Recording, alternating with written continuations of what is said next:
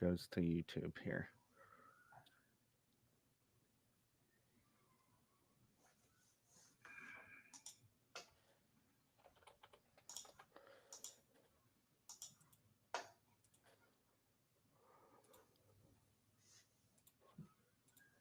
Okay, I'm gonna send you the link.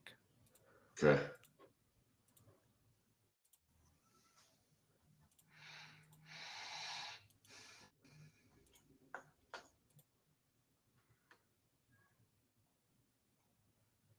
You got it? Yep. So Okay. I can just tell people, hey, come join us. We're going live. Yeah, we're on now. They could join right now. Okay, cool. Copy link. All right. Uh,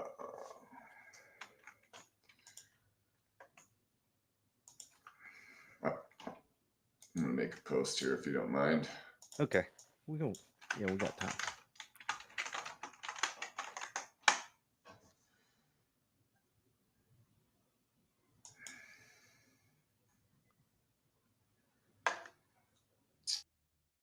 Put it in my group too.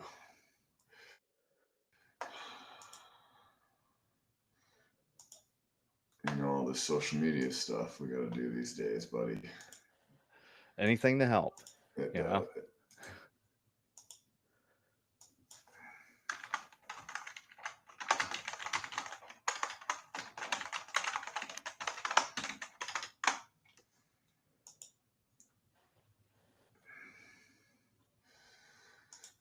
okay. Okay. Hi, I'm Randy Hollenbeck, and this is Talking Music Live. Today on the show, we have Dusty Grant. How you doing? I'm doing pretty good. How are you doing today? Good, good. Uh, I wanted to have you on the show because you came out with a new single you just released September 29th. I think Yes, I'm sir. okay. Could you talk Yeah. about that song with us? It's been out, yeah, just a little over a week now, I guess, about 9 days. The video seems to be doing really well. The other stuff is just slow. It's a slow burn, like anything else, you know. Like when you're putting out music, me as an independent artist, it's a little bit more of a slow burn. You've got to build it, you got to promote it, and do whatever you can with whatever budget you have, and hope it catches on. And then the algorithms and all the witchcraft that goes on with getting numbers up there. So it's so far so good. I've kind of really been trying to take the. I mean, I do get consumed in the numbers a lot. I mean, I admit that, but I also um, am just trying to put out stuff that I feel like I can be proud of, no matter what happens with it. If it's out there and I'm proud of it, then it is what it is, and it's going to do what it's going to do. So I've been trying to take that approach. I've been trying to talk myself off the ledge a little bit and take that approach. But I'm happy with the song. I'm proud of the song. It's heavier.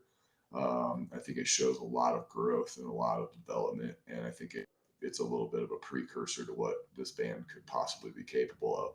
So in that regard, it checked all the boxes for me as far as wanting to push it, wanting to push my voice, wanting to push my guitar playing, wanting to do things I'd never done before in the studio and things like that. So we accomplished that, and it's just a angsty, pissed off song, and everybody gets those moods, everybody has those days, everybody has those people that get under their skin or whatever it is, and sometimes you just want to let it rip, and that's kind of what this song is. So it's like a really cathartic song for me too. I noticed you used kind of like a vocal effect on that song too. Yeah, yeah. There was stuff that Chris Dawson does in the studio where he just like brings it out of me, makes me do crazy stuff and makes me push myself, and he won't let me off the hook. And he always chooses amazing production and things for the mix, and like I never have to. We never have notes or anything like that. We just get mixes from him, and it's like, oh, this sounds awesome, sweet, let's get it mastered. There's really not a lot of ever any negative feedback. So yeah, he made it sound great.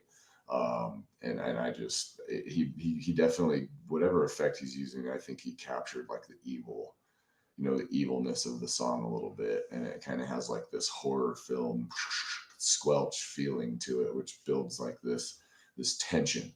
And I really like that. I think it's cool. I'm all about, production tricks and doing cool stuff to make it sound as good as you possibly can. So I'm really happy with how that turned out.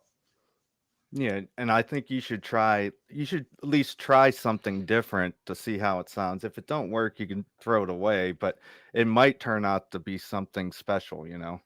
Yeah, yeah. There was a time during the recording session where, the part in the bridge where it's like, you won't believe this shit. Like I did like a rap, like almost Fred Durst style vocal in the background, and he's like, just do like some gangster shit, just you won't believe it. And so I did it, and it ended up making it in the recording, and we were all laughing our asses off at the time because it was just funny. Jason's like, man, I've never heard that. And it was just it was really cool because it just happened spur of the moment. And it ended up sounding cool and making it in the recording. So Yeah, you guys just re-recorded when it all crashed down, and I noticed that you made it heavier too. Is that like the kind of sound you're going for now? it seems to be, we don't really, that's the thing, like we've never really gone for a sound. Since we got together last year, it's always just been kind of this thing that's been evolving. I had that acoustic, singer songwriter Americana almost style, and it's morphed into this hard rock, you know, whatever you want to call this, crossover, whatever. I don't know what the genres are. There's so many different genres, but it's definitely in the hard rock, active rock, modern rock vein. And I think that's what happens when you get a bunch of heavy music lovers in your band. Jason's a shredder, and everybody in the band plays the heavy music and loves to listen to heavy music, and that includes me.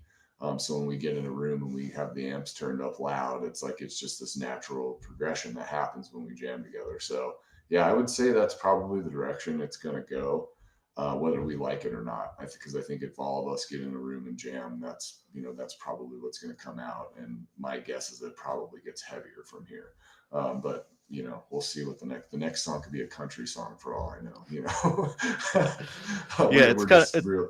it's kind of like you're finding your sound, with everybody, together, Yeah, yeah. You definitely find out a lot about yourself too when you play with people that challenge you. The people that I play with challenge me. They're not going to let me off the hook ever. And I always feel like when I show up for rehearsal, I better show up prepared, or it's going to shine that I haven't been doing the work that I need to be doing to get ready. So having people like almost holding you accountable all the time, that's something new for me too. When I was solo, don't feel like practicing, just don't practice, But when it's we have rehearsal Wednesday and we have a new set or a new song we're working on, it's like you better be practicing because when you get to rehearsal, if you're not, everybody's gonna know, yeah, and you they're gonna can't call fake your it. ass. They're gonna call your ass out. So yeah, it's been a blessing playing with those guys, and they definitely help you discover things about yourself and about your sound and about what you want to do. And it's just, yeah, it's been a really cool dynamic for sure. What do you got left planned for the rest of 2022? We have a show on the 29th of October here in Wichita, at the Shamrock Lounge. We're playing with our friends Big Red Horse, and it's a costume party rager. That bar is always wild, so it's going to be a pretty crazy party, I'm sure. And then the rest of the year will probably be spent. I'm going to do a huge merch clearance. I'm trying to clean out all my merch. So after this last show, I'm going to be doing like a huge blowout, trying to get rid of everything from merch. I'll be doing deals, trying to just kind of wrap the year. And we're probably going to try to drop a cover before the end of the year. We've got most of it tracked. If we can get it mixed and mastered in time, we'll probably just put that out kind of rogue, towards the end of the year, just because I wanted to release 4 songs this year. Don't ask me why. It's just more than I've ever done in a year, and I wanted to push it, and I really wanted to lean into it this year, and really feel like at the end of the year when I walk away, I go, man, you gave it everything. You pushed everything in that you possibly could, and you fucking ground yourself to a nub doing it.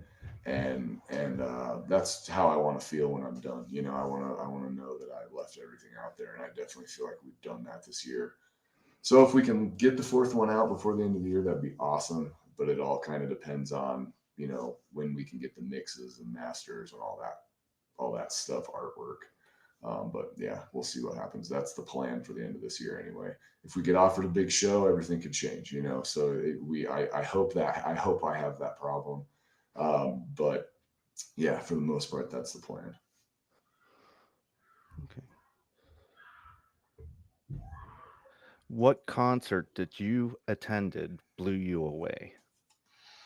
Um, most of the time, concerts, I always find something that blows me away. I went and saw Jason Isbell at an outdoor venue here in Wichita called Wave, and the sound was just incredible. And there's a song that he has, I think it's called "If We Were Vampires," and he played it solo acoustic, just like it's recorded on the record. And I mean, I don't know how many people were there, 5,000, but I mean, you could hear a pin drop in that place when he was playing that song solo acoustic. And I mean, my eyes were welling up with tears, my hairs were standing straight up. That's the last time. It was just a really cool environment. It was a beautiful night. It was starting to get dark, and he played that. And like my wife and I that's one of our favorite songs. And it's like that. It was super emotional, and it got like everybody in that place. I don't know if there was a dry eye in the house. So it was super cool. That's the most recent time I would say that if I could think back to one thing like what has stood out to me in concerts this year, that would definitely be one of probably the main one for me. Okay. Name a new band you just found out about. A band that I've been jamming a lot to lately is a band called Outlier. They have a song that's hitting Sirius XM Octane now called "Living Dead." I actually worked on some promotion for them for this song. I did some ads and helped them with some social media stuff, and I just kind of hit it off with the guys anyway, and then they're just absolutely out there crushing right now. So I've been listening to their stuff. I've been listening to the new Shallow Side stuff. I listen to Fit for an Autopsy all the time. Um, I listen to Whitey Morgan and the 78s all the time. I have a real weird mix of stuff that I like, but yeah, those are like some of the new, maybe more like emerging bands. Those are like shit. That new Shallow Side single is excellent. I worked on that one too. Like I've been lucky with these promotion projects because they're songs that I love and they're bands that I love. So it's just like really cool to be able to have a little bit of one little finger in something that they're trying to do and helping them get the word out. It's a cool feeling because you're a fan of the music too. So Yeah, it's like you're not faking it. You actually like it. yeah, it's like it's easy to get enthusiastic about something when you're truly passionate about it. So it just makes the projects that much more fun to work on. It makes it not feel like work. It's like, all right, how can we make this look as badass as possible? You know, Yeah. Yeah. Where can we get a hold of you? Facebook, Instagram, Twitter? Twitter, TikTok, YouTube, Spotify, Amazon Music, Pandora. What else? Deezer, Title. Uh, I'm trying to think of all of them. There's so many now. I've been spending a lot more time on TikTok lately. Actually, I've definitely grown. Like I feel like it's easy to grow on TikTok if you stay consistent with it, even though it's hard to keep making videos all the time. I think there's value in doing that if you're an artist for sure. But yeah, you can get a hold of me anywhere. My website, dustygrant.com. There's a contact form there. So yeah, I'm pretty easy to find. I'm on as many platforms as I can put myself on and possibly manage. So I'm everywhere that I possibly can be. Okay. Thanks for coming on the show today. Is there anything else you'd like to add? No, I just wanted to say thanks. I actually had a podcast scheduled tonight, and it was actually in town here, so I was going to go meet the guy at a brewery, and we were going to do an interview, and then he canceled on me probably like an hour ago, maybe 2 hours ago. And then you messaged me and you're like, you want to come on? I'm like, what are you doing right now? I'm actually like, I just had a guy cancel, so it fits in perfect. Perfect. Didn't have to disrupt the family schedule, didn't have to disrupt the rehearsals or anything like that. So it just panned out awesome, and I'm glad I got to come on again. And Awesome. I appreciate what you do, and I appreciate the opportunity, as you know. Okay. Thanks, Dusty. Of course, man. Thank you.